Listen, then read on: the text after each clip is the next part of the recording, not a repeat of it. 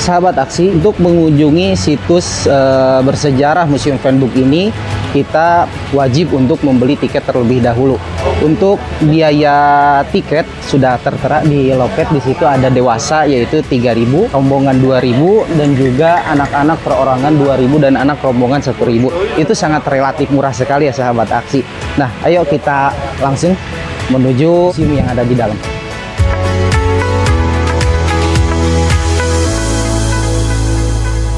Assalamualaikum warahmatullahi wabarakatuh. Hai sahabat aksi dimanapun berada, semoga kita semua dalam keadaan sehat walafiat. Di sini saya Muhammad Rivaldi selaku tutor di sekolah aksi akan mengajak sahabat aksi semua tentunya mengeksplor sebuah situs bersejarah yang ada di kota Yogyakarta, yaitu Museum Fanbook. Ya, ikutin terus perjalanan kami supaya konten edukasi ini bisa memberikan banyak sekali manfaat untuk sahabat aksi. Dan jangan lupa untuk terus mendukung channel Sekolah Aksi dengan cara like, comment, and subscribe. Semoga channel ini bisa terus maju dan berkembang. Ayo ikutin terus perjalanan sahabat aksi. Nah, sahabat aksi, Museum Fanbook ini didirikan pada tahun 1760, yang mana yang pertama kali memerintahkan didirikannya benteng Fanbook ini yaitu kolonial Belanda, dan disepakati oleh Sultan Hamengkubuwono yang pertama. Dan peruntukan benteng Fanbook ini yaitu yang pertama kali untuk benteng pertahanan di daerah keraton. Namun nyatanya Belanda mengusulkan pembuatan benteng ini yaitu hanya modus saja kalau dalam bahasa kita.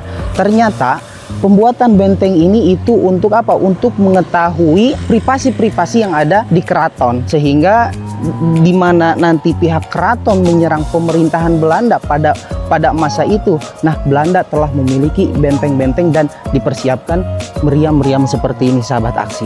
Nah, seperti itu mungkin sejarah singkat awal mula pertama kali benteng ini didirikan, dan sekarang itu dijadikan sebuah museum ya. Kalau dulunya ini merupakan namanya itu adalah benteng Rustenburg, yang artinya benteng peristirahatan.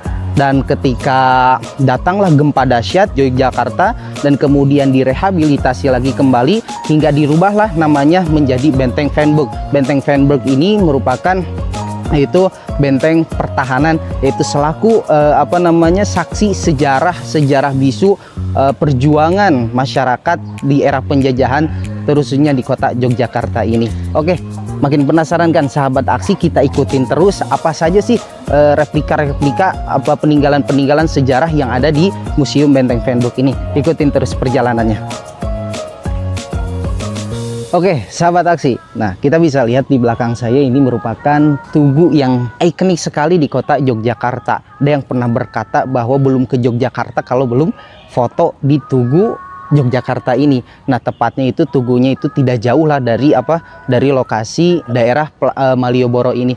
Ini hanya sebuah contoh sekali ya, tugu istimewa yang ada di kota Yogyakarta ini. Setiap daerah memiliki ikonik masing-masing, dan mungkin ikonik istimewa yang ada di Yogyakarta itu ya ini tugunya, seperti itu sahabat aksi. Oke, kita masuk ke ruangan yang pertama, diorama ya, yang dibuat seperti karikatur lah. Nanti kita bisa lihat masuk ke dalam saja sahabat aksi.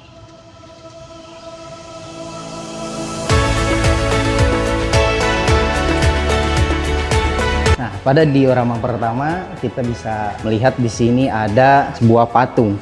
Patung ini merupakan prajurit Pangeran Diponegoro, dan juga di sini ada magic wall ya, jubah Pangeran Diponegoro. Tuh bisa lihat ada kerisnya, ada kudanya, ada jubahnya. Dan ini diorama yang pertama, yaitu Pangeran Diponegoro menyusun strategi perlawanan terhadap Belanda. Nah, lalu ada diorama yang kedua. Diorama yang kedua ini merupakan Kongres Budi Utomo di Yogyakarta. Ya, nah bisa lihat replika, mungkin ini kalau zaman sekarang itu sedang rapat paripurna ya sahabat aksi. Nah, sahabat aksi, di diorama ketiga ini itu ada lahirnya organisasi yang terbesar di Indonesia, yaitu organisasi Islam Muhammadiyah. Nah, kita bisa lihat lahirnya organisasi Muhammadiyah itu pada tanggal 18 November 1912. Nah, itu mungkin yang ada di depan itu yang memakai udeng. Nah, itu adalah sosok Kiai Haji Ahmad Dahlan selaku beliau itu pendiri pertama, pencetus pertama organisasi Islam Muhammadiyah bersama para tokoh-tokoh yang lainnya, dan sehingga didirikanlah organisasi Muhammadiyah, dan sampai sekarang organisasi Muhammadiyah terus berkembang pesat ya, Masya Allah sekali. Di sini ada diorama keempat, yaitu menggambarkan tentang pemogokan kaum buruh pabrik gula di sekitar Yogyakarta. Ya, jadi pemogokan ini diawali karena upah mereka semakin turun, tidak sesuai dengan tenaga yang dikeluarkan. Jadi mereka mogok untuk bekerja.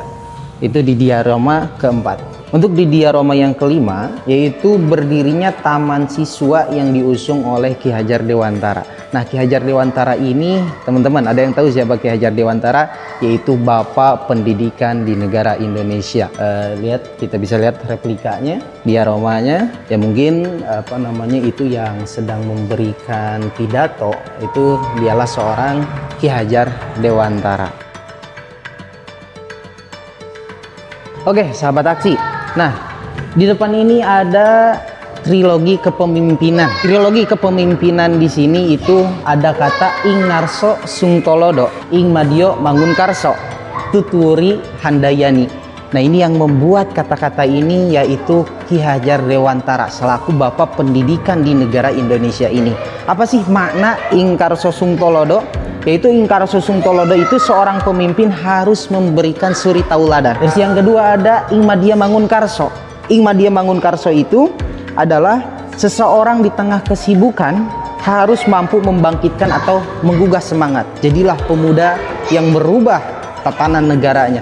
Insinyur Soekarno pernah berkata, berikan aku 1000 orang tua, maka akan kucabut Mahameru dari akarnya. Tapi berikan aku 10 pemuda, maka akan kuguncangkan dunia dengan seisinya. Nah, itu adalah makna ingmadia mangun karso. Lalu yang ketiga ada tuturi handayani. Tuturi handayani ini adalah seseorang harus bisa memberikan dorongan moral dan semangat kerja dari belakang. Ya, harus bisa mensupport orang, harus bisa memberi semangat kepada orang, harus bisa menjadi motivasi kepada orang. Nah, makna mana yang dikarang oleh Ki Hajar Dewantara ini sampai sekarang terkenang masanya, sampai sekarang terkenang karyanya Ki Hajar Dewantara. Oke, lanjut sahabat aksi.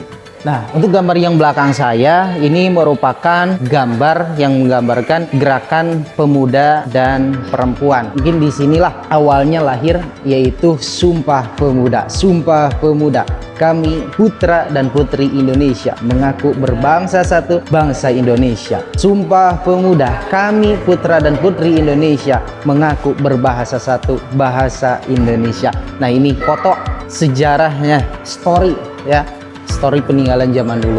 Kalau zaman dulu itu fotonya masih belum ada warnanya, jadi masih hitam dan putih ya. Alhamdulillah sekali peninggalan-peninggalan seperti ini bisa ditemukan dan bisa diabadikan, sehingga terdapat banyak sekali museum-museum bersejarah yang ada di Indonesia. Nah, di diorama yang ke-6 ini merupakan Kongres Perempuan pertama di Indonesia, yaitu lokasinya di Joyo Dipuran, yaitu Jalan Klaten nomor 139, dan sekarang di Jalan Brigjen Katamso di nomor 139 Yogyakarta pada tanggal 22 sampai dengan 25 Desember 1928. Ya, Kongres Perempuan Indonesia ke-1 di Yogyakarta ini dipimpin oleh Nyi Sukanto. Nyi Sukanto ini wanita utomo. Teman-teman, diorama di Museum Fanbook ini sangat banyak sekali ya. Mungkin kalau misalkan teman-teman ingin lebih tahu, lebih detail tentang sejarah-sejarah yang ada di Museum Fanbook ini, sejarah-sejarah bangsa Indonesia, terkhususnya di kota Yogyakarta ini, silakan bisa datang langsung ke Museum Benteng Fanbook yang ada di Yogyakarta. Sambil berlibur, tidak hanya berlibur, tapi kita juga menggali ilmu, menggali potensi, dan menggali pengetahuan. Nah, kita masuk ke kawasan Diorama 2. Ya, kita lihat peninggalan-peninggalan bersejarah yang ada di Museum Fanbook ini di Diorama 2. Pertama kita disajikan dengan foto sang proklamator, yaitu Insinyur Soekarno.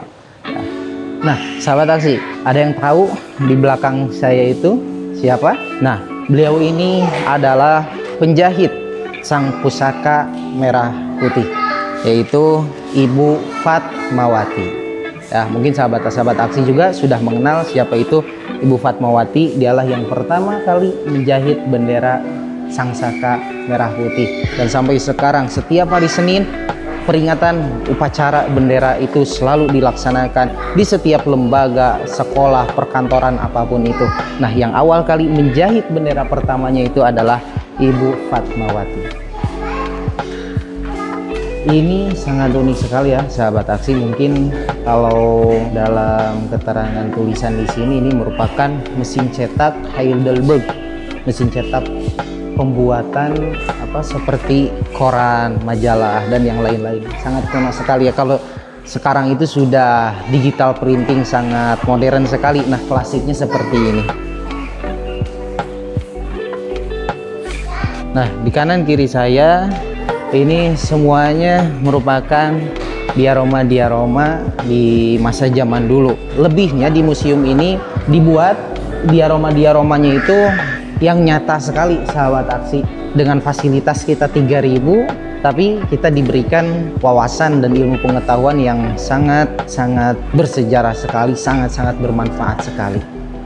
Indonesia ini bisa merdeka tidak hanya seperti membalikan kedua telapak tangan saja, tapi Indonesia ini merdeka dibangun dengan keringat, air mata, dan darah-darah yang berserakan. Ya, dibayar dengan nyawa. Mereka berani menaruhkan nyawanya hanya demi satu kata, yaitu merdeka. Maka generasi-generasi muda zaman sekarang kita harus bisa menghargai jasa-jasa para pahlawan dengan cara kita menjadi pemuda yang bermanfaat untuk bangsa dan negara, memajukan negaranya. Nah, sekarang kita masuk ke wahana digital di Museum Fernbuk ini. Sangat gelap sekali ya sahabat aksi, bisa lihat.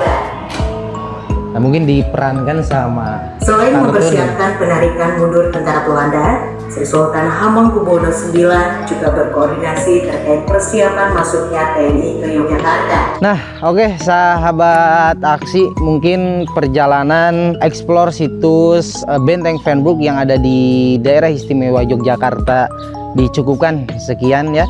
Jadi pokoknya bagi sahabat aksi yang penasaran, yang ingin lebih mengetahui secara detail, secara terperinci ya, secara lengkap, secara jelasnya, datang langsung ke daerah istimewa Yogyakarta, tepatnya yaitu di kilometer 0 sebelah utara di Malioboro. Di situ terpampang ada tulisan Museum Benteng Fernbuk. Ya, mungkin dari saya Muhammad Rifalgi selaku tutor di Sekolah Aksi pamit undur diri. Semoga konten edukasi ini bisa memberikan banyak sekali manfaatnya kepada sahabat aksi, bisa menambah wawasan dan ilmu pengetahuan.